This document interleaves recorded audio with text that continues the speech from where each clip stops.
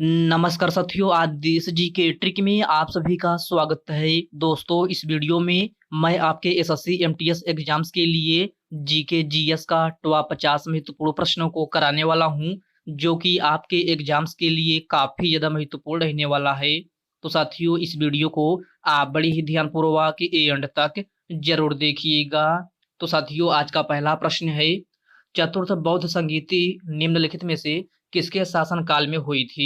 Option है अशोक, बलबन, कनिष्क और option D है बाणभट्ट। तो साथियों, चतुर्थ बौद्ध संगीति जो है आपका ये है कनिष्क के शासनकाल में हुई थी। राइट आंसर ऑप्शन सी हो जाएगा कनिष्क।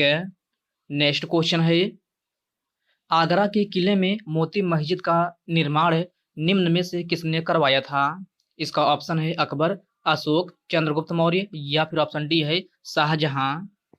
तो आगरा के किले में मोती मस्जिद का निर्माण जो है आपका ये है शाहजहां ने करवाया था। राइट आंसर ऑप्शन डी हो जाएगा शाहजहां ने। आपका नेक्स्ट क्वेश्चन है, वित्त आयोग भारतीय संविधान के किस अनुच्छेद में वर्णित है? तो वित्त आयोग जो है आपका ये है भारतीय संविधान के अनुच्छेद 280 में है। राइट आंसर ऑप्शन है डी हो जाएगा अनुच्छेद 280। ओके फ्रेंड्स, इसको आप अच्छे से जरूर याद रखिएगा।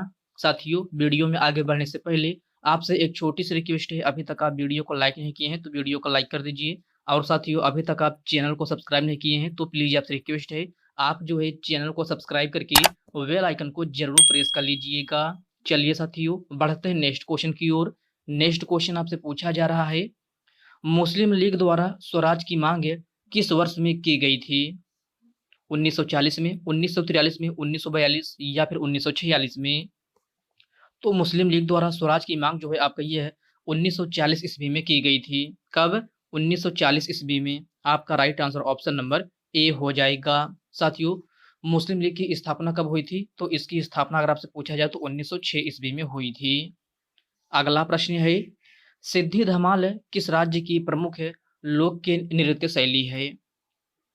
तो सिद्धि धमाल जो है आपका ये है गुजरात राज्य का प्रमुख है लोक की नृत्य शैली है। आपका प्रश्न नंबर 5 का right answer option number C हो जाएगा गुजरात।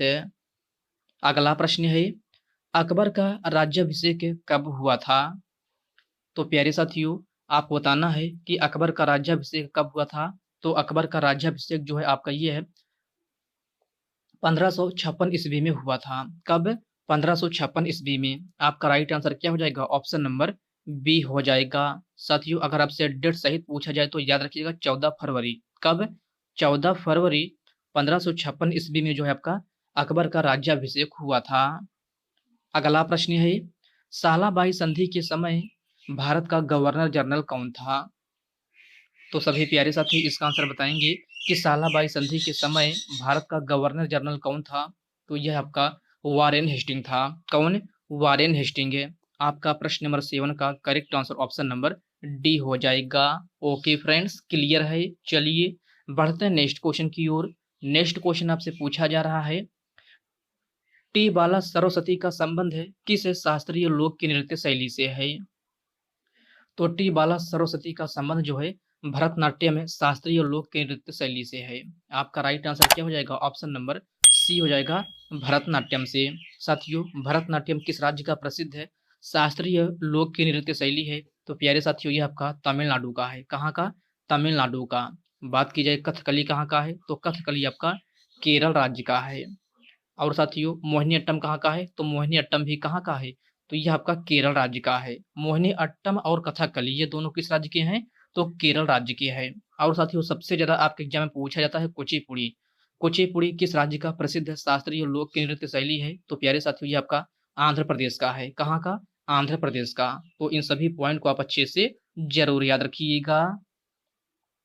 भारतीय संविधान का अनुच्छेद 360 किससे संबंधित है? तो भारतीय संविधान का अनुच्छेद 360 जो है आपका ये है वित्तीय आपात से संबंधित है। किससे? वित्तीय आपात से। आपका राइट आंसर क्या हो जाएगा? ऑप्शन नंबर ए हो जाएगा। अगला प्रश्न है, बक्सर का युद्ध कब हुआ था? तो साथियों, बक्सर का युद्ध जो है आपका यह है 1764 ईस्वी में हुआ था। कब? 1764 ईस्वी में। आपका राइट आंसर क्या हो जाएगा? ऑप्शन नंबर बी हो जाएगा। गांधी इरविन समझौता किस वर्ष में हुआ था? तो आपको बताना है कि गांधी इरविन समझौता किस वर्ष में हुआ था? 1927 में, 1929 में, 1937 या फिर 1931 में? तो गांधी इरविन समझौता जो है आपका ये है 1931 ईस्वी में हुआ था। कब? 1931 ईस्वी में। आपका राइट आंसर क्या हो जाएगा? ऑप्शन नंबर डी हो जाएगा। निम्नलिखित में से अरावली की सबसे ऊंची चोटी कौन सी है? तो सभी प्यारे साथी इसका आंसर बताएंगे कि अरावली की सबसे ऊंची चोटी कौन सी है। तो अरावली की सबसे ऊंची चोटी जो है आपका गुरु शिखर है। राइट आंसर क्या हो जाएगा? ऑप्शन नंबर सी हो जाएगा, गुरु शिखर। साथियों, गुरु शिखर पर्वत चोटी किस राज्य में स्थित है? तो ये आपका राजस्थान में है। किस राज्य में? राजस्थान में। और साथियों, गुरु शिखर पर्वत चोटी की ऊंचाई कितनी है? तो इसकी ऊंचाई पूछी जाए तो 1722 मीटर है। कितना? 1722 मीटर। ओके फ्रेंड्स, क्लियर है। चलिए बढ़ते हैं नेक्स्ट क्वेश्चन की ओर। नेक्स्ट क्वेश्चन आपसे पूछा जा रहा है, निम्न में से नौजवान भारत सभा के संस्थापक कौन थे? तो नौजवान भारत सभा के संस्थापक कौन थे? भगत सिंह, बाल गंगाधर तिलक, सुभाष चंद्र बोस या फिर महात्मा गांधी? आपका right answer option number A हो जाएगा, भगत सिंह है। नौजवान भारत सभा के संस्थापक कौन थे? तो भगत सिंह थे। निम्न में से भिटारी मंदिर भारत के किस राज्य में अवस्थित है? तो भिटारी मंदिर जो है आपका ये है उत्तर प्रदेश में अवस्थित है। कहाँ? उत्तर प्रदेश में। आपका राइट आंसर क्या हो जाएगा? ऑप्शन नंबर ए हो जाएगा। महान्यायवादी भारतीय संविधान के किस अनुच्छेद से संबंधित है? तो महान्यायवादी भारतीय संविधान के किस अनुच्छेद से संबंधित है? तो साथियों, ये आपका अनुच्छेद 76 से संबंधित है। आपका प्रश्न नंबर 17 का राइट आंसर क्या हो जाएगा? ऑप्शन नंबर सी हो जाएगा, अनुच्छेद 76। चीन की आधिकारिक भाषा कौन सी है? तो आपको बताना है कि चीन की आधिकारिक भाषा कौन सी है? मंदारिन, जोंगका, कोंकणी या फिर इनमें से कोई नहीं? तो चीन के आधिकारिक भाषा की बात की जाए तो कौन सी है? तो मंदारिन है। आपका राइट आंसर क्या हो जाएगा? ऑप्शन नंबर ए हो जाएगा, मंदारिन। माय स्टोरी आत्मकथा के लेखक या लेखिका कौन है? तो माय स्टोरी आत्मकथा के लेखक या लेखिका कौन है? तो साथियों, कौन है? तो यह आपका कमला दास है। कौन? कमला दास है। आपका प्रश्न नंबर 19 का correct answer option number D हो जाएगा। केन किसकी सहायक नदी है? तो प्यारे साथियों, केन जो है आपका यह है किसकी सहायक नदी है? गोदावरी, झेलम, यमुना या फिर कावेरी? आपका right answer option number C हो जाएगा, यमुना। केन जो है आपका किसकी सहायक नदी है? तो यमुना नदी की सहायक नदी है। नेहरू कप निम्नलिखित में से किस खेल से संबंधित है? फुटबॉल, वॉलीबॉल, क्रिकेट या फिर हॉकी? तो नेहरू कप जो है आपका ये है फुटबॉल खेल से संबंधित है। किससे? फुटबॉल खेल से। आपका राइट आंसर क्या हो जाएगा? ऑप्शन नंबर ए हो जाएगा। बिहू नृत्य शैली किस राज्य का नृत्य शैली है? तो बिहू जो है आपका ये है असम राज्य का लोक की नृत्य शैली है। कहाँ का? असम राज्य का। आपका प्रश्न नंबर 22 का right answer option number B हो जाएगा। बूझे हुए चूने का रासायनिक सूत्र क्या होता है? तो आपको बताना है कि बूझे हुए चूने का रासायनिक सूत्र क्या होता है। तो बूझे हुए चूने का रासायनिक सूत्र जो है आपका ये है CaOH का होल ट्वाइज होता है। क्या? CaOH का होल ट्वाइज। आपका राइट आंसर क्या हो जाएगा? ऑप्शन नंबर सी हो जाएगा। साथियों, CaOH का होल ट्वाइज का रासायनिक नाम क्या होता है? तो कैल्शियम हाइड्रोक्साइड होता है। क्या? कैल्शियम हाइड्रोक्साइड है। तो इसको भी आप अच्छे से जरूर याद रखिएगा। आपका नेक्स्ट क्वेश्चन है, चेराव कहाँ का प्रसिद्ध लोक नृत्य शैली है? तो चेराव जो है आपका ये है किस राज्य का प्रसिद्ध लोक नृत्य शैली है? तो प्यारे साथियों, ये आपका मिजोरम का है। कहाँ का? मिजोरम का। आपका प्रश्न नंबर 24 का राइट आंसर क्या हो जाएगा? ऑप्शन नंबर ए हो जाएगा। भारतीय संविधान का अनुच्छेद 23 का संबंध किससे है? तो भारतीय संविधान का अनुच्छेद 23 का संबंध किससे है? तो यह आपका दुर्व्यापार और बलात्सरम से है। आपका प्रश्न नंबर 26 का राइट आंसर क्या हो जाएगा? ऑप्शन नंबर बी हो जाएगा। ब्लीचिंग पाउडर का रासायनिक सूत्र क्या होता है? तो ब्लीचिंग पाउडर का रासायनिक सूत्र जो है आपका यह है CaOCl2 होता है। क्या? CaOCl2। आपका राइट आंसर क्या हो जाएगा? ऑप्शन नंबर डी हो जाएगा, CaOCl2, जिसका रासायनिक नाम जो है कैल्शियम ऑक्सीक्लोराइड होता है। क्या? Calcium oxychloride. मुखौटा नृत्य शैली किस राज्य से संबंधित है? तो मुखौटा नृत्य शैली जो है आपका ये है अरुणाचल प्रदेश राज्य से संबंधित है। आपका राइट आंसर क्या हो जाएगा? ऑप्शन नंबर ए हो जाएगा, अरुणाचल प्रदेश है। ओके फ्रेंड्स, क्लियर है। चलिए बढ़ते हैं नेक्स्ट क्वेश्चन की ओर। नेक्स्ट क्वेश्चन आपसे पूछा जा रहा है, सिंधु घाटी सभ्यता का लोथल कहाँ स्थित है? पंजाब, गुजरात, राजस्थान या फिर महाराष्ट्र? तो सिंधु घाटी सभ्यता का लोथल जो है आपका ये है गुजरात राज्य में स्थित है। कहाँ? गुजरात राज्य में। आपका राइट आंसर क्या हो जाएगा? ऑप्शन नंबर बी हो जाएगा। निम्नलिखित में से कौन सी नदी कर्क रेखा को 2 बार काटती है? तो कर्क रेखा को 2 बार काटने वाली नदी कौन सी है?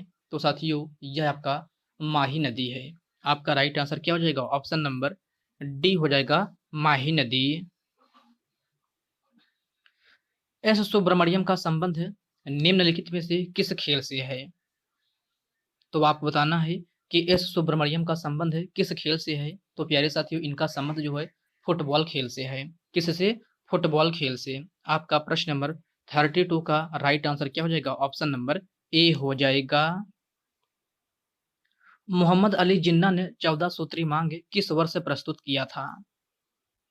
तो मोहम्मद अली जिन्ना ने 14 सूत्री मांग किस वर्ष में प्रस्तुत किया था? 1931 में, 1936 में, 1928 में या फिर 1929 में?